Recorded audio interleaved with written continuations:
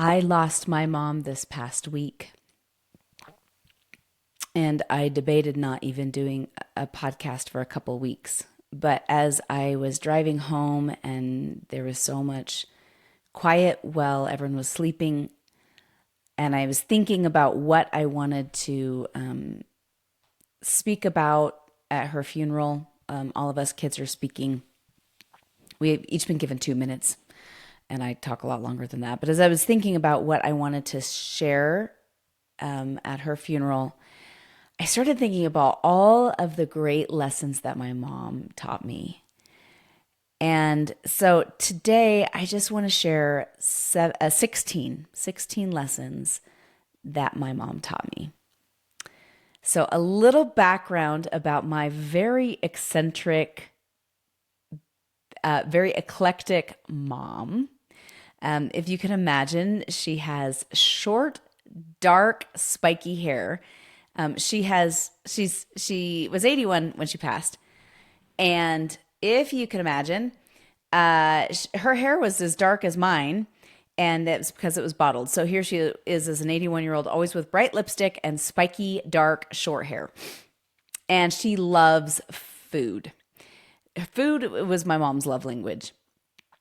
So as we get into that, you're going to get to know my mom just a little bit. She grew up, her name is Nancy Judd. You can Google her. She will come up. She grew up in the 50s in Los Angeles, California. So, and unlike my father, who was very, very poor, my mom was very, very wealthy. And so when they got married, that was an adjustment, being married to a farmer's son. But, and my dad, and she's survived by my dad. My dad's still alive, which I may or may not tell you a really funny story that happened. It was terrible, but it was really funny at the same time. Happened with my dad. So let's talk about the 16 lessons that I learned from my mom that I am so grateful for, that I want to emulate as much as I can as her child and just as a person, because I feel like she lit the world up. She made it a brighter place. She was very sassy, very eclectic. Imagine her, she had dark, spiky, short hair and bright red lipstick. Her hair, as in her 80s, she continued to dye her hair almost black. Well, it's like a dark brown. She and I have the same hair color. Okay, so let's talk about this. 16 lessons that I learned from my mom. So you have to understand, food was my mom's love language, and you'll learn a little bit more about food with her. The first thing that I learned is that you need to pursue ideas and creativities and move mountains if you need to. So my mom was always pursuing her creative passions. As a child, she auditioned for the Mickey Mouse Club. She was really mad because a girl named Annette Funicello beat her out. She had been a dancer, a tap dancer, and a ballet dancer as a child, which is funny because she definitely was not. In her later years, she could still do some tap moves. But as she got older and started having kids, she realized how much she loved food. So she contacted networks. She had actually I want to say it was the first cooking show on a cable network ever. She had done cake decorating and judging cake decorating competitions. She's written multiple cookbooks. I don't know if any are in print anymore. But she also was on Chopped. She was on the World Food Championship. She was on Donahue. She won a competition on Good Morning America. And she did not let anything stop her, which we're going to talk about here, which leads into number 2, which is fear. But for us as kids, like, we didn't have a lot of money growing up. My dad grew up on a farm, and then my mom grew up in Los Angeles and was quite wealthy. But when they got married, coming from two very different socioeconomic backgrounds, they made it work. And my dad had a good job. He retired from IBM, amongst other places, in his career. And my dad is still alive. But it's interesting because there's 8 kids in my family. I am 5th daughter, 6th child, 3rd to the youngest. It's my brother and then 7 girls. And we didn't have a lot of extra money. And so my mom would barter, trade, ask, whatever she had to get us into extracurricular activities.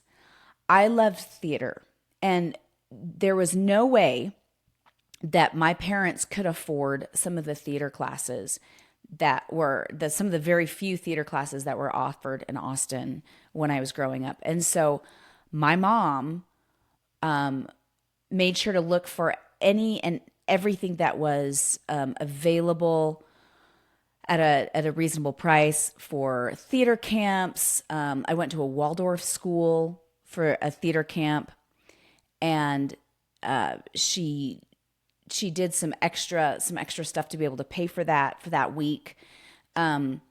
She bartered all the time for stuff. For example, she taught children's cooking camps, which was the number one summer cooking camp for kids in Austin for many, many years when I was growing up.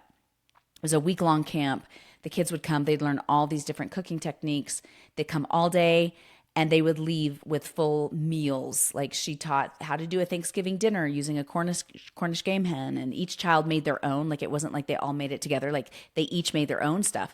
And so she would barter for services in exchange for people's kids coming to the cooking camp. She couldn't afford all the dental work that had to be done. So she bartered for years, doing food, like doing lunches for the dentist's office in exchange to pay for the dental work that had to be done. So she got really, really creative with being able to provide us experiences when we normally couldn't have afforded it. And my sister-in-law brought this up the other day. She's like, oh, I just signed my kids. My sister-in-law also homeschools them. And so she was like, oh, I just signed so-and-so up for some golf lessons because he's really good at golfing. He loves golfing.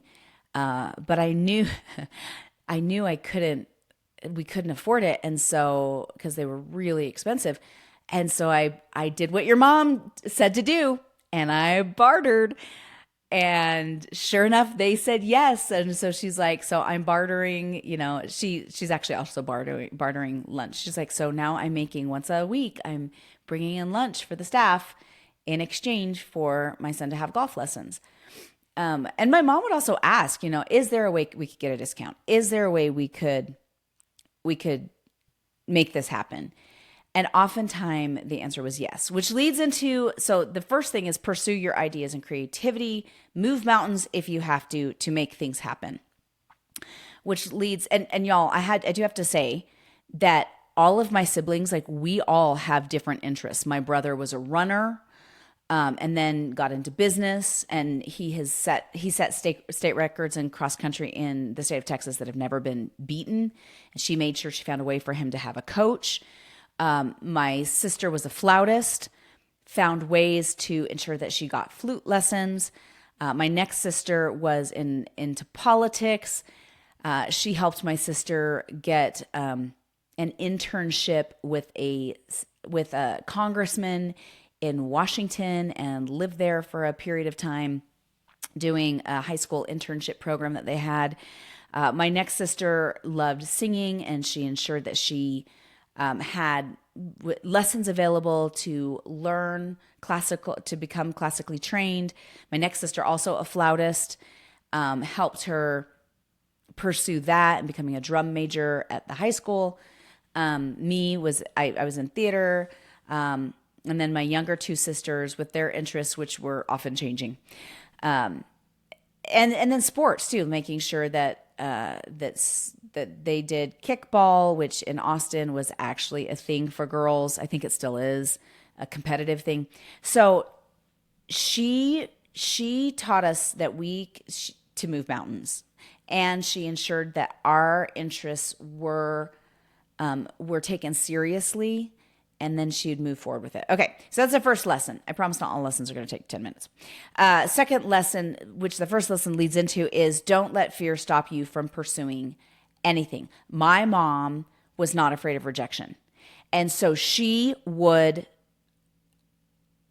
pursue it regardless of what the outcome might be.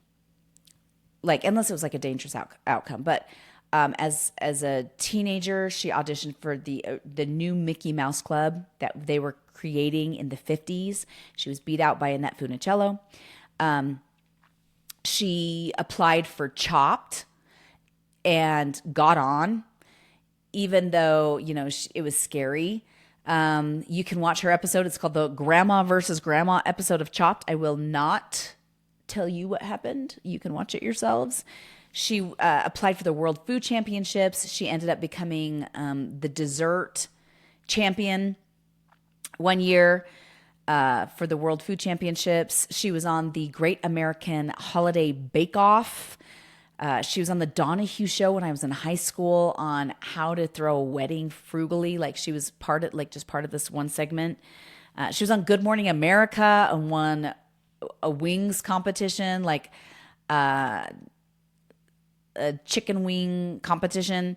And then in the retirement center that she and my dad were living in, they had a little group of ladies that would go around and perform for other retirement centers. And this is up until she broke her hip 2 years ago. And y'all, my mom dressed up. She called me once and she's like, I need you to tell me how to do comedy. So for those of you that are new to the podcast, and actually I don't even know if I've shared this before, y'all, I did comedy for a lot of years. I've done sketch comedy. I've done stand-up. I've done improv. I've done it professionally. Stopped doing it, decided that's not what I wanted to do. You won't find me online though, because nothing was ever recorded that I had done. So comedy was kind of my thing since I was a teenager. And my mom calls me and said, I need you to teach me how to do improv.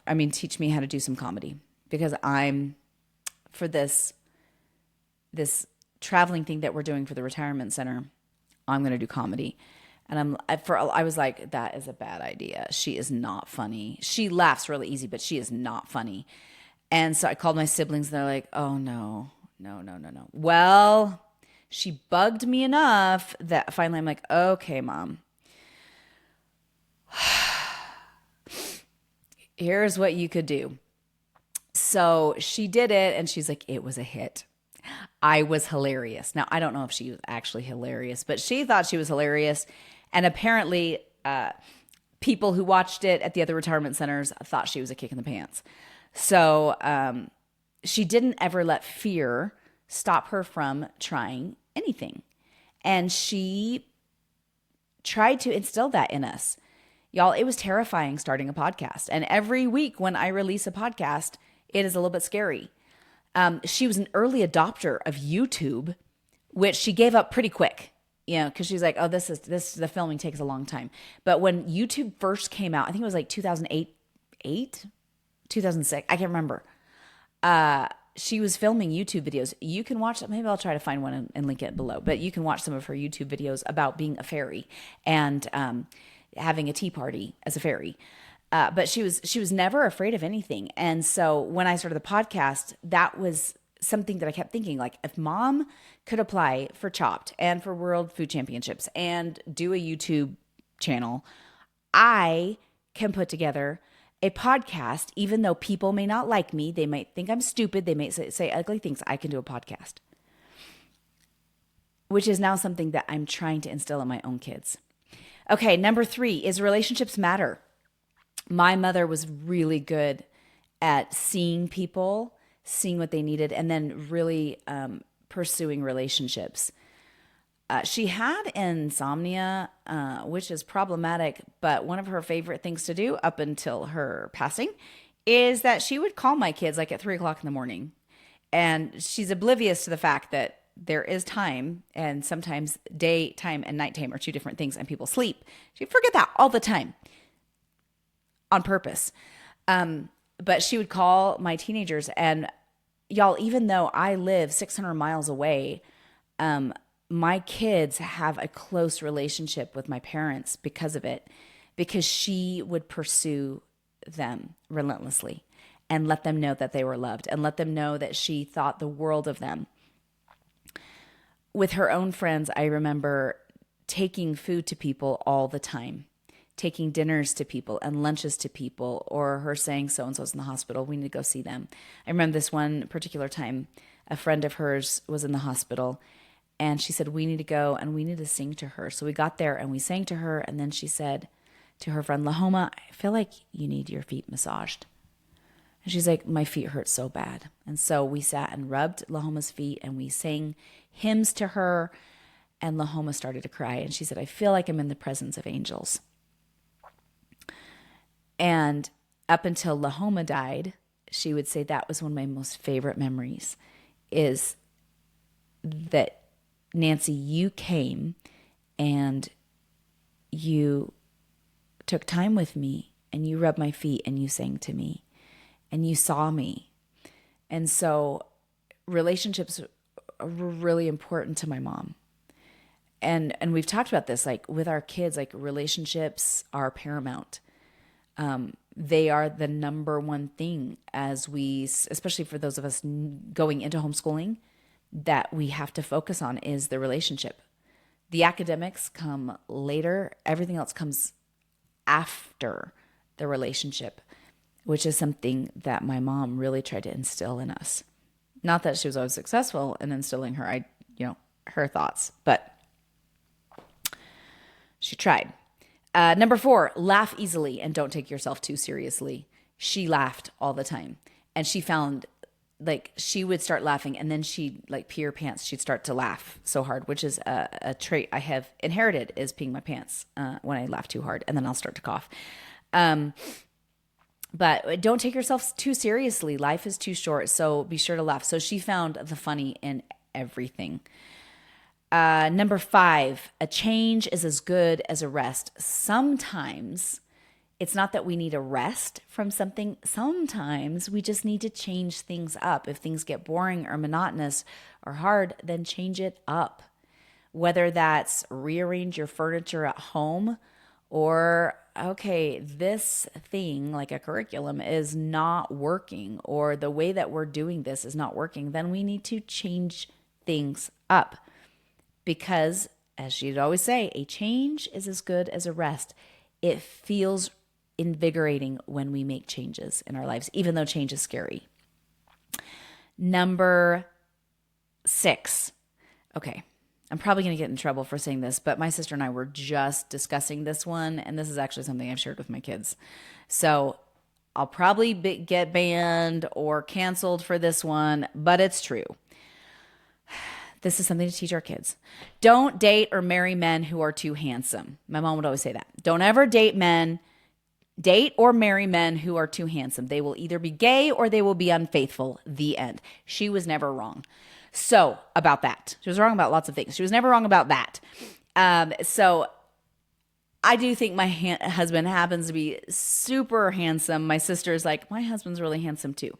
But they weren't like that handsome. Like, you know what I'm talking about, where you see the person, you're like, oh my gosh, you're drop dead gorgeous.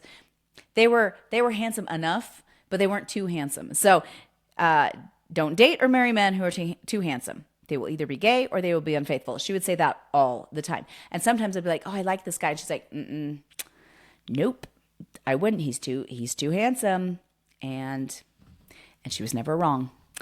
Number 7, many hands make light burdens, which I remind my kids, like if we do something together, it gets done a lot faster. And she'd say that over and over and over again. Many hands make light burdens.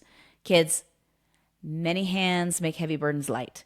Kids, many hands make heavy burdens light. Kids, many hands make light burdens. The more we can help each other, the easier the task is. Everyone needs to pitch in and help. Not that we always like that, but she would repeat it again and again and again and again. And number 8, this one I wish I had taken to heart a long time ago. And that is, and I've said this in the podcast before, if you have listened to any episodes, don't shoot a sparrow with a cannon. And sometimes when I've been really harsh on my kids, my mom will remind me, she was like, they are little sparrows. Treat them accordingly and do not shoot them with a cannon. Like when I disciplined, sometimes I was really harsh as a disciplinarian. I'm like, you can be grounded for a month. And she's like, they are sparrows. Don't shoot them with a cannon. You will regret it. Let the natural consequences teach them. Let the natural consequences teach them. Period. Oh, I'm going to actually add in a 17th thing that my mom taught me. So I'm going to add to that right now. So there's actually going to be 17 things instead of 16 things. Along with that, she would say kids learn at the pace that they need to learn at. And she's like, for those of you that are new moms or potty training kids, she would say, you don't have to worry about potty training. Don't push them in potty training. When they are ready, they will potty train. I promise. All of a sudden, it'll happen overnight. Y'all, she had 8 kids. She knew when kids are ready, they will potty train. But she also would teach, like, when kids are ready, they will do what they need to do. When kids are ready, when they're ready, they'll do it. She was actually the first person who taught me that, even though I didn't always apply it to academics. And when we started homeschooling, I really saw that wisdom, that when they're ready, they will move forward. She would say, when you're ready, you will blossom into a butterfly. Y'all, I was a super awkward kid, and I had glasses, and they broke once up here, and then the lens would just fall out. And I refused to get new ones because I thought they were pretty. And so I just glued them, and my mom was so embarrassed. And I was chubby, and I was awkward, and all the things. And she could say, when you are ready, you will blossom. And so when I was ready, I had makeup that my sisters had purchased for me, and I refused to wear it. And then when I was ready, I wore it, and everyone's like, look, you turned into a butterfly. So she'd always be like with children growing up, when they're ready, they'll grow. When they're ready, they'll catch up to things. They'll learn things. Stop pushing it. When they're ready, they're going to potty train, and it'll happen so fast overnight. And that was true. Overnight, my kids potty trained. Like it took less than 24 hours, and my kids potty trained when they were ready. Okay. So I did 8, don't shoot a sparrow with a canyon. 9, when they're ready, they'll do what they need to do. Number 10, just a little side note, growing up in Texas, wear lipstick when you leave the house.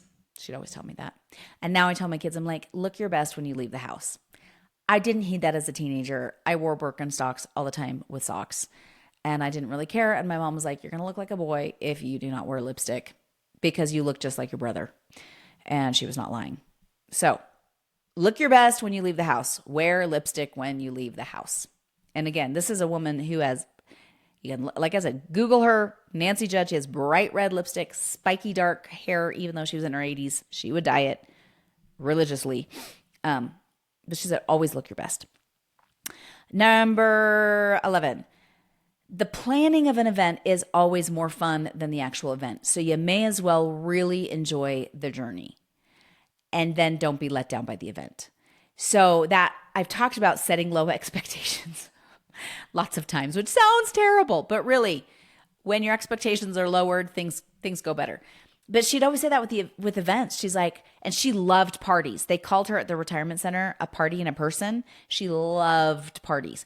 So when you're planning something, really enjoy it, because that's where the fun is the actual thinking about the fun things that you're going to do. I love watching the Pinterest and the different Instagram reels where like someone's doing like a Harry Potter themed party and they go all out, or they do like some themed party. The actual party might be a letdown, but it's the doing and the creating and the coming up with the ideas. That's where the fun is. That's where the joy is. That the journey is where the joy is. And my mom would say that, like, even raising her kids, she's like, Janae, the fun is raising them. Don't look too far in the future. The fun part is the raising them. It's the discovering who they are and what they love. The planning is always more fun than the actual end. It's always the most fun part. So enjoy the journey. Next thing, you can learn anything at any age. And my mom was a living testament to that. You and I, my friends, as our kids are learning, we can still learn. We can learn new things. As I mentioned, she was in the sassy ladies group in the retirement center that went around to other retirement centers performing. And after she broke her hip 2 years ago, she recovered pretty well, which they thought she was going to die then, but she didn't. She's like, oh no, I have to learn this Greek dance. So I have to get my hip stronger because I've got to perform with the sassy ladies. I don't actually know what their name was. They had a name that was pretty funny, but I can't remember what it was. So I'll just call them sassy ladies. So here she was at, 80 years old, 79 years old, recovering from a broken hip, trying to learn from YouTube this dance. And that was her mantra. Like she would, if she wanted to learn something, she would learn it. She learned how to day trade. She was like, I'm going to learn how to day trade. And so she researched and found classes back in the day when we didn't have a lot of the internet access. And she figured out how to day trade. She didn't do well at it and she gave up after a while, but she learned the process, right? She would learn recipes. She learned so many things, and it was even into her 80s. She was still learning, still wanting to know and learn new things, which is, as we show our kids that gives them the confidence, to pursue new things and not be afraid. Next thing, this is number 13. Food tastes better if it looks pretty. Y'all, poetry tastes better if we have a poetry tea time. This principle, like if something looks pretty, it always tastes better. So my mom would always, she loved dressing up food. But she was like, but it tastes better if you present a cake in a beautiful way. The cake tastes better versus if you just grab a piece of cake and hand it to somebody, they're not going to want to eat it. But it tastes better if it's presented in a beautiful manner. And that's how life is. It tastes better if we do it with beauty than if we just throw something out there. Number 14, food also tastes better if somebody else makes it. Unless it's a child. And then it tastes amazing because they made it. So my mom's like, I always prefer somebody else to make something for me. It always tastes better. She loved to cook, but she also loved when people cooked for her. But she learned very quickly teaching children's cooking school and cooking camps that if you let kids in the kitchen, they are proud of the food that they make and they think it tastes amazing. So food always tastes better if somebody else makes it, unless you're a kid. And then it tastes the very best if you make it yourself. And so she would always encourage kids in the kitchen. And to do like more than just cookies. That was the other thing, as I mentioned, she did the summer camp. And they would make real food. Like they would make meals, not like, we're going to make cookies today. Like she's like, today you're going to learn how to dress a turkey using a Cornish game hen, as I mentioned. You're going to make a pie from scratch, the real deal. This is what you're going to do. And those kids did amazing. And to watch their confidence soar, my mom's like, when kids can do stuff by themselves, their confidence soar. So don't make sure, oh yes, this is adding another thing. Let kids do things on their own. Don't do it for them. They're not going to learn if you do it for them. Let them do it, and they will surprise you and delight you and shock you. Okay, next thing, because now I think I'm up to 18 things, but you can do hard things. Janae Daniels, you can do hard things. And my mom would do hard stuff all the time. Number 15, don't tiptoe around the topic of sex or intimacy with kids. Be blunt. This is something I really appreciated with my mom. When we'd have the talk, she was really blunt about it. And she wasn't like, sit down and let's talk about these things. She was like, look, this is This is how things are. This is what it is. Any questions? And then she'd say, and if you ever have any questions, you will never get in trouble for asking any questions. Not ever. Not ever. And so I remember coming home from high school, hearing something from some boys in my Spanish class. Thank you, Matt Brown and Matt Maroney. And I was like, what is that? And so I went home and I will never forget, she was cooking spaghetti and I'm like, Mom, what is this? And y'all, it's something that will make you blush. I'm not gonna say what it is, but it would make you blush. Like as an adult, I'd be like, oh. And she's like, oh, she's without missing a beat, stirring the spaghetti. It's this. And I was like, okay. And she's like, where'd you hear that? I'm like, at school in Spanish from these two boys that were talking about it. And they asked me if I knew what it was. And I said no. And then they turned bright red and they said, well, we're not going to tell you what it is if you don't know what that is. And she's like, yep, that's what it is. Didn't miss a beat. Right? That's the first thing I heard about like that thing was in school, in public school. Hooray for socialization. Okay. Thank you to homeschooling. So I learned with intimacy, my mom, I could ask her anything and there was several times that they could have been very awkward situations, but she was like, nope, this is what it is. Any other questions? And I'm like, okay, thank you. And she wasn't weird about it. I have a niece who came and asked me about something. She's like, I can't ask my mom because she always is like, oh, honey, sit down and let's have this deep conversation. She's like, and it becomes so awkward. So I'd just rather ask you. And I told my mom, I'm just going to ask you because she gets awkward. And my mom said, okay. And I did talk to my sister and she's like, yeah, no, I really appreciate that because she gets really mad at me then. And anyway, she can ask you. And so I'm because I was really blunt. I'm like my mom. I am a mini me of my mom in many ways.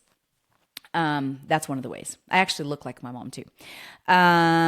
So don't tiptoe around the topic of intimacy or sex with kids. Be blunt. Don't be weird. And then finally, last but not least, champion your kids.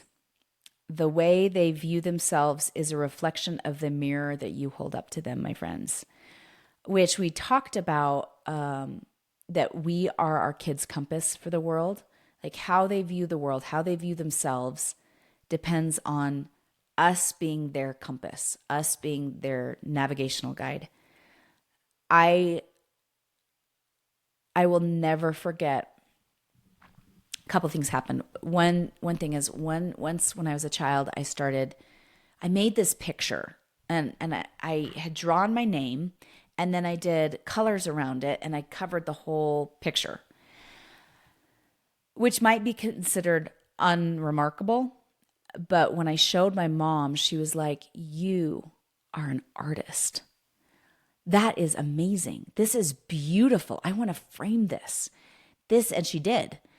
And she's like, my little one, you're an artist. When I first started doing comedy, she's like, you are funny. Do it. Unlike most parents, when I finished my associate's degree in general theater studies, and then I transferred to a bigger university. And I decided to go into costume design over acting. And my mom and my dad, I will never forget, whereas most parents would be like, yes, do something with skills. My mom was like, Janae, you are gifted. You are funny and you have incredible timing. Why would you not go into acting? I mean, ultimately, you choose what you're going to do because you're paying for it. You know, I paid for my own education. She's like, you're going to pay for it, but you're such a gifted performer. Why are you not performing? And I told her the reasons, and she goes, Dad and I, we will support you in whatever you choose. But no, you are gifted. Like, it didn't matter that what I was interested in was creative and not engineering. she let me see that the things I was interested mattered, and they were important. And the mirror that she put up to me, the reflection that she allowed me to see, was that those were worthwhile gifts, and I was worthwhile because I was doing those gifts, and I was just worthwhile anyway. I just mattered anyway. And so that's one thing that she taught me, is that I need to be the champion of my kids. I need to see their worthwhileness in their abilities and just who they are as humans, because who they are. And that's something that I'm really grateful that's the mirror she held up for me. So those are the end up 18 lessons that I learned from my mom. And I hope these lessons are helpful as you help your kids or grandkids. Kathy, here's looking at you. Anyway, you can look her up, Nancy Judd. I'll try to add some links if I can find them for some of her stuff. But champion your kids, my friends. You got this. You're doing better than you think you are. We will talk next week, because my mom would say, just because I died doesn't mean you shouldn't record. You should do another podcast next week. That would be how my mom would be. Anyway, we will talk next week.